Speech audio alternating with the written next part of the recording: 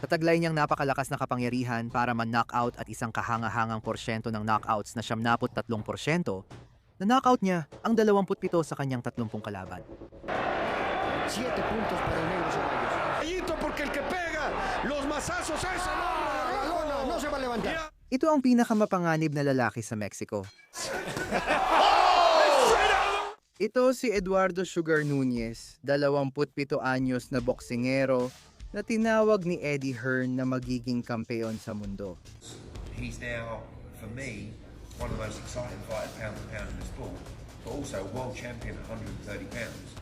Pero para maintindihan ang kanyang pinagdaanan, kailangan nating magsimula kung saan nagsimula ang lahat. El que imparte justicia, Fray Ornelas, se le fue. Y vean una vez más con la zurda y con la diestra. ¡Vámonos!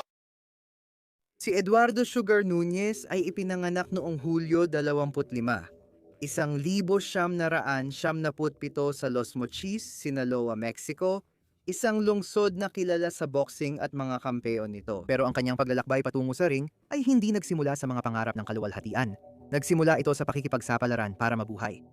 Palaging binubuli si Nunez noong bata siya at alam ng kanyang ama na may dapat baguhin. Kaya noong 14 na taong gulang pa lang si Nunez, in-enroll siya ng kanyang ama sa isang boxing gym at inilagay siya sa ilalim ng paggabay ng alamat na coach na si Don Manuel Cochul Montiel. Nag-aral si Nunez ng depensa sa sarili, ngunit nadiskubre rin niya ang kanyang bokasyon. Si Cochul Montiel ang nagpalayo sa kanya ng Sugar, hindi dahil matamis siya, kundi dahil siya ang itinuturing na susunod na malaking bituin ng Mexico. Ngayon, pagkakataon na para patunayan yon, Eduardo Nunez versus Jose Vega Ochoa na may 11 laban at 11 knockout sa record niya. Nakapagpakita si Nunez sa pambansang telebisyon ng Mexico sa edad na 20. Ito ang tsansa niyang sumikat sa bansa, pero walang nakuha si Jose Vega. El campeonato disputa, bien pistonea el pitallito, el hombre que ya lo vimos en su récord. Incluso se comieron un triunfo de sus 11 victorias, todas antes del límite, que tiene que boxear y por eso le atiza. Pagkatapos ng 70 segundo na patumba ni Nunez si Vega sa isang malakas na suntok.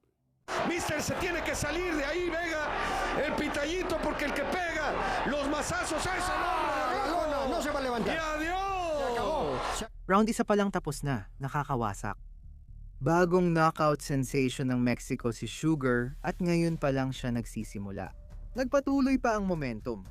Pagkalipas ng isang buwan matapos gibain si Vega, bumalik si Nunez sa ring kontra Alberto Choice Garcia at agad niyang nakuha ang panalo bago makasagot si Garcia. Damos las pupilas al único lundo volado derecho, sensacional y responde. Categoría de los pesos pluma, como bien lo dijo Roberto. Tremenda derecha. Ahí parecía que iba a haber una caída, pero no le metieron negro con vivos en verde, blanco y rojo, mi Robert. Eduardo Núñez, lo terrible a la parte de abajo del cuerpo. Así es, hermano, y el Sugar así es. Pero este Sugar se hablan maravillas y lo está mostrando en estos momentos. Tiene una derecha. Sa ikalawang round, ibinuhos ni Sugar ang lakas niya at pinakawalan ang mabibigat na kombinasyon na di kinaya ni Garcia. Al cuerpo, no deja de tirar golpes el de los Mochis y no cambia la tesitura y ahí con la derecha lo deposita en la lona y el refe cuerpo haciendo bueno el adagio que dice hay que golpear al cuerpo. Panibagong kalaban, panibagong knockout, at klaro na ang pattern. Umakyat ka sa ring laban kay Sugar Nunez, lalabas kang basag ang tadyang. Noong Disyembre 8, 2018 hinarap ni Sugar Nunez si Everardo Negro Ceballos. Tulad ng dati, ibinuhos ni Nunez ang galit niya sa kanyang kalaban. Y gracias a usted que nos ha hecho el favor de su compañía. Talón en plata y morado, directo ahí al rostro para Núñez. La mano izquierda. Brincando los dos boxeadores, Octavio. Agad nagpakita ng matinding presyon si Nunez at 2 beses na pinabagsak si Ceballos sa unang round. El negro no ya vea, tira puros derechazos. Y se está ya, Dios, se está comiendo. Sí, mata arriba. Ahí sí, ahora sí hay remate. Y va a buscarlo. Uy, otra vez, sí, abajo. Nakatagal si Ceballos sa ikalawang round, pero ubos na halos ang lakas niya. Allá en Mochis, pleito. TNT en sus puños. Y escuchamos tu tarjeta, mi querido Octavio. 10 puntos para el Sugar Núñez, 7 puntos para el negro Ceballos. Ang referee, Nakita na niya ang sapat at pinatigil ang laban sa pamamagitan ng technical knockout. At sa ganitong paraan, patuloy na nadaragdagan ang listahan ng mga matitinding knockout ni Sugar Nunez. Noong Hulyo 2019 hinarap ni Nunez si Jesus Arevalo sa super featherweight boxing. Mabilis na natutunan ni Arevalo sa mahirap na paraan ang natutuklasan ng lahat ng kalaban ni Nunez. Nakakamatay talaga ang mga suntok sa katawan. Fallando con la izquierda, pero después moviendo bien ahí. Dos uppers por parte del Sugar. Golpes a la lona. El que imparte justicia dice que no pasaba absolutamente nada. La izquierda, vean hacia la parte alta del cuerpo con la derecha. Este Sugar a sacar el veneno. Hasta el momento no lo ha hecho. Le mete la izquierda y después la derecha. Sa loob lamang ng 60 segundo mula sa simula ng laban, nakapagpakawala si Nunez ng isang suntok sa katawan na napakalalim, kaya napayuko si Abu ng todo. Su vista de águila. El que imparte justicia, Efraín Ornelas, se le fue. Y vean una vez más con la zurda y con la diestra. ¡Vámonos! A la boca del estómago. Directamente a la parte media. Hindi sapat ang unang round sa parusa. Sa ikalawa, isang malakas na uppercut ni Nunez ang nagdesisyon sa laban kay Arevalo. Calificación muy baja en el primer episodio, se le cuentan las dos caídas. Y en la segunda, vamos a ver ahora. Isa na namang brutal na pagtatapos, isa na namang pahayag ng layunin. Noong Setyembre 2019 sumabak sa ring si Rafael Hernandez para subukang pigilan si Nunez. Sa huli lumabas siyang nagtatanong kung ano ang nangyari sa kanya. 18 siempre salía a tirar, que se acabe el round, salía a tirar desde que empezaba hasta que se terminaba, por eso siempre me preparaba bien. La descripción del primer asalto en este combate. Estos aspectos por parte del hombre de Venezuela. De arriba, metiendo los puños, buen alto. Por lo pronto, el comienzo del combate ya... Paulit-ulit na ipinakita ni Sugar ang agresibong pag-atake, nagpapakawala ng malalakas na suntok sa katawan ni Hernandez. Constante tirando golpes, porque ya le cortó la distancia y lo único que le falta es estar tirando más golpeo al cuerpo y bueno, pues rematar a como lo hizo ahí. Recuerden que estamos viendo a un hombre que ha ganado 24 combates y todos por la vía corta. Sa loob ng 40 segundo bago matapos ang unang round, isang malakas na suntok ng knockout artist ang tuluyang sumira sa pag-asa ng pagbawi. Chiguas, esos golpes de efecto retardado, como te acalambran el pie. Sí. Y otra vez, ya lo tiene. Lo puso contra las cuerdas. Iyon na ang katapusan ni Hernandez. Sunod-sunod ang knockout, walang palatandaan ng paghina, laban pagkatapos ng laban. Noong Nobyembre 23, 2011 muling umakyat sa ring si Hernandez na may dalang 18 sunod na panalo. Nahulaan ni Josue El Chino na magiging mahirap ang pagsubok para kay Berasa, pero hindi niya ito nagawa. Ojo ahí, el Sugar es fuerte con ambas manos. El Chino Berasa de Metepec. Al hombre de Metepec una vez más hacia la zona blanda. Refiero al Chino Berasa. Mabilis na ipinataw ni Sugar ang gusto niya, inatake si Berasa ng eksakto at unti-unting pinabagsak siya, piraso-piraso. En 14 de esas 20 victorias. Por ligero margen, los dos empezaron muy bien el combate lanzándose muchos golpes como lo están haciendo ahora. No sé cómo no se dobló el Chino Berasa, se lo dio con toda la fuerza. Sa round 2, isang malakas na suntok ang nagtapos sa kanyang dominasyon. De aquella región boxística de nuestro país, todos con categoría, con excelencia, con amor al boxeo, lo agarró en la punta de la barba, lo agarró. At nagpatuloy ang sunod-sunod na knockout. Nasasaksihan ng mga manonood sa Mexico ang kadakilaan at kung kaya bang harapin ni Sugar ang mas matinding kalaban. Si Gerson Escobar ay hindi basta-bastang boksingero. Isa siyang veteranong mandirigma na matibay at may karanasan, na dumating para lumaban at may sapat na karanasan para subukan ang lahat ng kahinaan ni Nunez. Fuerte pegada, Eduardo Núñez Navarro, a quien apodan el Sugar. Continúa con la energía, con la estamina, puede aprovechar. Así es, ese es el momento donde puede entrarle los golpes, como en este momento, 3 golpes sin distancia. Pega muy fuerte este Eduardo Núñez y tiene que hacerle honor. Sí, señor, muchos golpes, abriendo la boca hasta el momento Escobar, segundo round apenas. Sí, caramba, y contra ahí con el volado, responde con ese mismo golpe y ahí golpes curvos por parte de Gerson, este que es el Tigre. Umabante si Escobar at nagpakawala ng malilinis na suntok, kaya napilitan si Sugar mag-adjust sa matinding pressure. Malinaw ang pag-unlad ni Nunez sa boxing. Hindi na lang siya mandirigma, kundi tagawasak na rin. Parece ya observando el párpado. Entonces, continúa el ataque por parte de este que es el Gerson, que no tiene nada de técnica. Es un tirabombas, un tirapiedras, carajo. América contra Rayados, domingo 29 de diciembre, 7:30. Derecha poderosa. ¡Ay, ay, ay, ay, ay, ay, ay! Duro, duro, duro. Vuelve a cerrar el camino. Aplicando la de campana a campana y de esquina a esquina. Mientras tanto, vete media del cuerpo. Pero observen ahí, esto es una auténtica piñata lo que está sucediendo. La izquierda. Ipinakita ni Escobar ang tapang. Umabot siya sa ika-6 na round, ngunit doon na bumigay ang katawan niya. Abajo, te escucho, Leo. Puede ser el fin. Izquierda, puede ser el momento. Otra vez mi Leo. No puedo creerlo, cómo está aguantando Gerson, mi ser. Ay, caramba, la que se acaba de comer. Una izquierda dura, una izquierda poderosa. Vuelve a atacar con una metralla. Vuelve a meter la derecha. Otra derecha. Tendría que entrar el referee. ¿A qué hora, referee? Ay, ay, ay, ay, ay, cómo la atacó. Panalo siya sa technical knockout sa ika-6 na round, tinalo ang kalaban, at pinatunayan ni Nuñez na kaya niyang manalo kahit mahirap ang laban. Paglaon, tumahimik si Nuñez at lumahok lang sa maliliit na event habang tuloy ang kanyang knockout streak. Pero hindi na talaga kayang balewalain ang ingay tungkol kay Eduardo Nuñez. Umabot kay Eddie Hearn ang ingay kaya pumirma ang Matchroom Boxing ng pangmatagalang kontrata kay Nuñez para sa promosyon. May malinaw na misyon.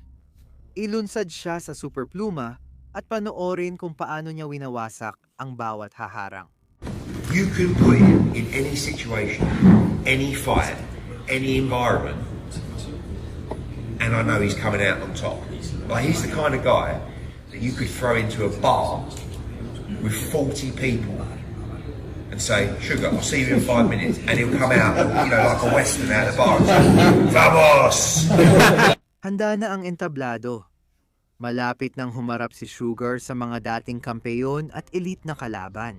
Ang unang malaking pagsubok niya sa Matchroom ay darating matapos niyang patunayan ang sarili.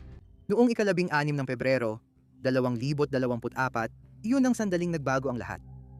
Humarap si Nuñez kay Shavkat Rakhimov, paboritong lokal at dating International Boxing Federation World Champion, sa eliminatoryong laban para sa International Boxing Federation Super Featherweight title. Kinailangan pang magpunta ni Nuñez sa Tajikistan para lumaban sa harap ng mapanuligsang madla na gusto lang siyang matalo. Napakahalaga ng nakataya. Kung mananalo siya, tiyak na magkakaroon siya ng pagkakataon para sa titulo ng mundo. Kung matatalo, tuluyang mawawala ang hype sa kanya. Cardiff last year for Rakhimov, with the scoop of dynamite power that he possesses. There's a good right hand catapulting off the strands. When I asked him yesterday, that he takes it with cold. When he has his man going like that, the fight. Lumabas si Rakhimov na pununo ng lakas. Pinipilit si Nuñez gamit ang matinding dami ng suntok at walang humpay na agresyon, habang ang mga manunood sa Tajikistan ay umuugong sa bawat kombinasyon. Sa isang iglap, parang kaya ng lokal na bayani talunin ang Mexicano. That landed from the former champion and in his home city of Cardiff. Some of them he didn't fully commit to, but Rakhimov front the stare down between the two boxers at the conclusion of. Kalmado si Nuñez, ginamit ang hub, tinrabaho ang katawan kapag may bukas, at tiniis ang unos. Sa kalagitnaan ng laban, sinuong ni Nuñez ang unos at nagsimulang bumawi. Malalakas ang suntok niya sa katawan at kanan na kayang mag-knockout dahil sa lakas. Champion, and he accurately picked a southpaw left which swift. Nuñez looks to target him to the right side of his torso once more. Off to the body and a left hook to the chin is Nuñez, and Rakhimov taking his foot off the gas for this portion of the round. This strike was a short shot over the top, then hard punches slung into the body from Nuñez. Sa mga championship round, hawak na ni Nuñez ang laban. Nagpapakawala ng mas malalakas na suntok at pinapagod si Rakhimov gamit ang mababagsik na kombinasyon. First half of the round, there was beautiful counterclockwise movement to the right of the southpaw former champion, but in the second half of the round, Nuñez, his man with the lead left jab, slings in a hard right up with one another in search of their own offensive success. Rakhimov, referee Mark Nelson. And again, left hook, right uppercut from Nuñez before hook successes and counters from Rakhimov.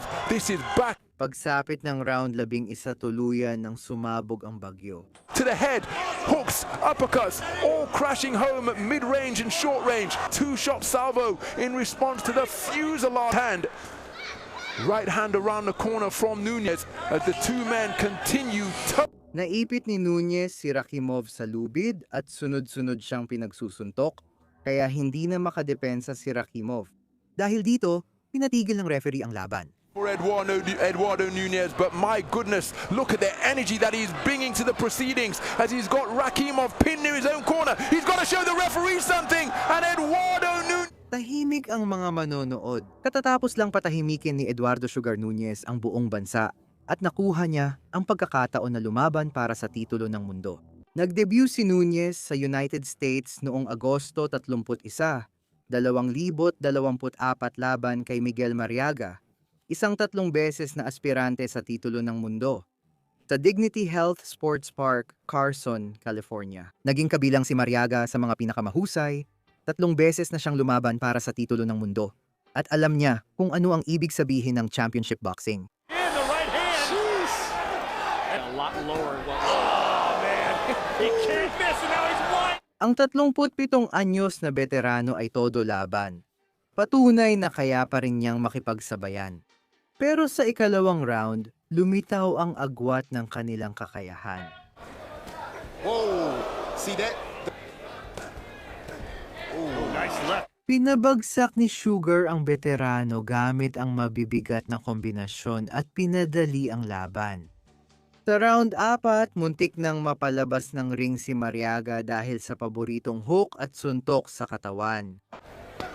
Oh, just like that. That sounded like a gun. And Did it not? yeah, man, that sounded like a deuce. Straight out of the ring almost goes Miguel Mariaga. Nagpatuloy ang pambubugbog. Ang tapang ni Mariaga ang nagpatatag sa kanya, pero bumigay na ang katawan niya. His hands go, he'll get the stoppage. I agree, Gib. I just don't think he knows. Oh, the body shot put him down. Sa pagtatapos ng ika-6 na round, nakita na ng kampo ni Mariaga ang sapat at nagpasya silang sumuko. I think they're gonna stop it. And they have waved it off. Isa pang dating aspirante sa world title ang tinalo na nagdala sa kanyang record ng 28 panalo at 28 knockout. Naipakita na ni Nunes ang kanyang intensyon sa unang laban sa United States at handa na siya sa malaking entablado. Eduardo Nunes laban kay Masanori Rikishi. Sa wakas dumating na ang sandali, isang pagkakataon para sa bakanteng titulo ng pandaigdigang kampeonato sa Super Pluma ng International Boxing Federation. Pero muli na naman, kinailangang maglakbay muli si Nunes sa Japan upang harapin ang mapanganib na si Masanori Rikishi sa harap ng malamig na mga manonood sa Yokohama, Buntay. Hindi biro ang kalaban ni Rikishi. May 5 sunod na panalo siya sa knockout at suportado ng mga lokal na manonood. Aún Masanori Rikishi, minuto de este primer asalto, cortar distancias, pero aplicó mejor su boxeo, aplicó mejor sus condiciones. No necesita llevar toda la fuerza, Mariale, por parte de Rikishi. Ang bituing Hapones, ipinakita ang husay niya sa unang bahagi ng laban. Mahusay siyang nagboxing. Ginamit niya ang kanyang jab at ang enerhiya ng mga manonood para kontrolin ang takbo ng laban. Mermando la estamina y el peleador. Y ojo que no necesita Rikishi ir a la guerra. No, que era presión pura, pero quizás sin pensar bien en dónde pegar el gol. Mano derecha por parte del campeón, ataca las zonas blandas. Le está... Patuloy na matiyaga si Suga, pinipigil ang galaw sa ring at tinatamaan ang katawan ng malalakas na suntok. Y paso hacia su derecha, Mariale. Esa etapa de frustración en el rival. No ser blanco. 48 para Rikishi. Habang naglalaban, napilitan si Rikishi na sumabay sa suntukan na ayaw niya. At ang walang humpay na presyo ni Nunes ay nagdudulot na ng epekto. Que era presión pura, pero quizás sin pensar bien en dónde pegar el gol. Tumama ang malalakas na counter at lumitaw ang diferensya sa lakas. Unti-unting bumabagsak si Rikishi sa harap ng kanyang mga tagahanga sa sariling bayan. Pero creo que Núñez sabe muy bien. Ponerle la humanidad también ahí de frente.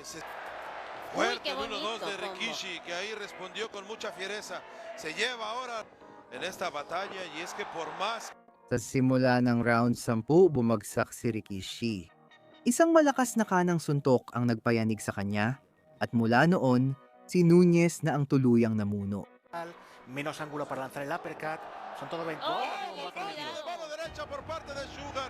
Cuidado que sí va. Bawat suntok ay kayang tapusin ang laban at sa bawat palitan, umaatras si Rikishi. Lubos ng wasak ang bituing Hapones. Gancho de mano derecha Rikishi. También dejando el resto, Mariale. Le quedan menos de 2 episodios. Un minuto con Rikishi. Finalmente se detiene. No le quedaba de otra después de estar.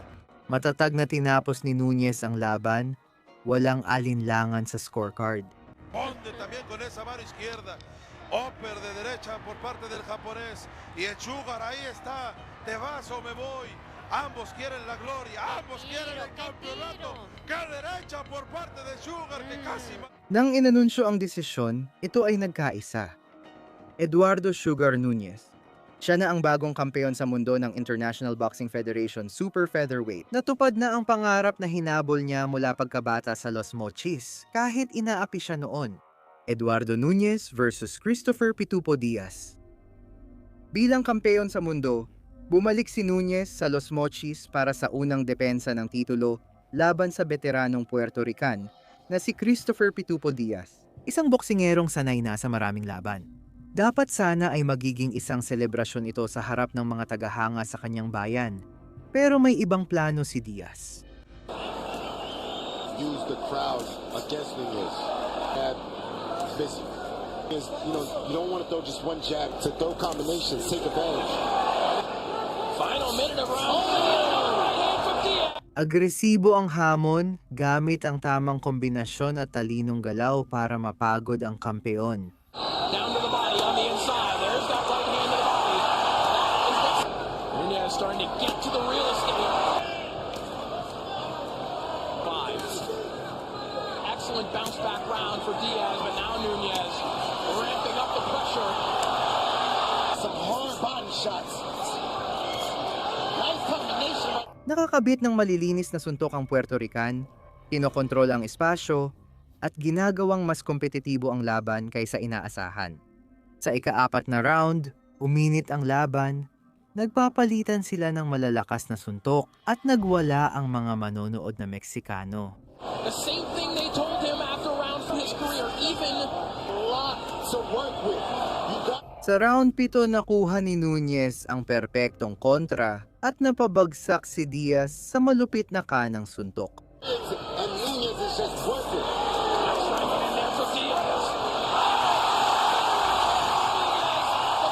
Ilang sandali pagkatapos, isa pang nakakasirang kombinasyon ang muling nagpadapa sa hamonero sa lona, lumalayo na ang kampeon.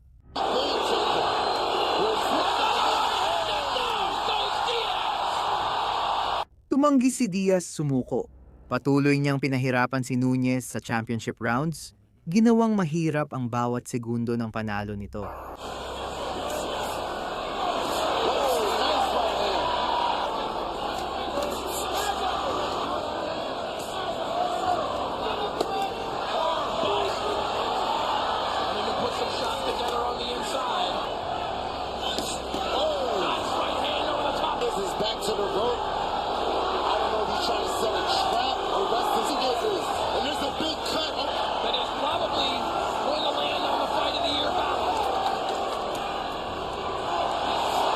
Pagkatunog ng huling kampana, wala nang kontrobersya sa scorecard.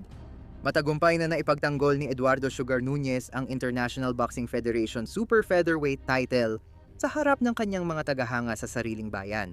Sa laban ng kandidatong pinakamahusay ng taon, tinapos niya ang isa pang di malilimutang gabi sa kanyang maalamat na karera. Mula sa batang inaapi sa Sinaloa hanggang sa tagumpay bilang kampeon sa ibang bansa. Pinatunayan ni Eduardo Sugar Nuñez na hindi lang siya isang makapangyarihang tagapagwasak. May puso, kakayahan, at isipan siyang pangkampeon para manguna sa dibisyon.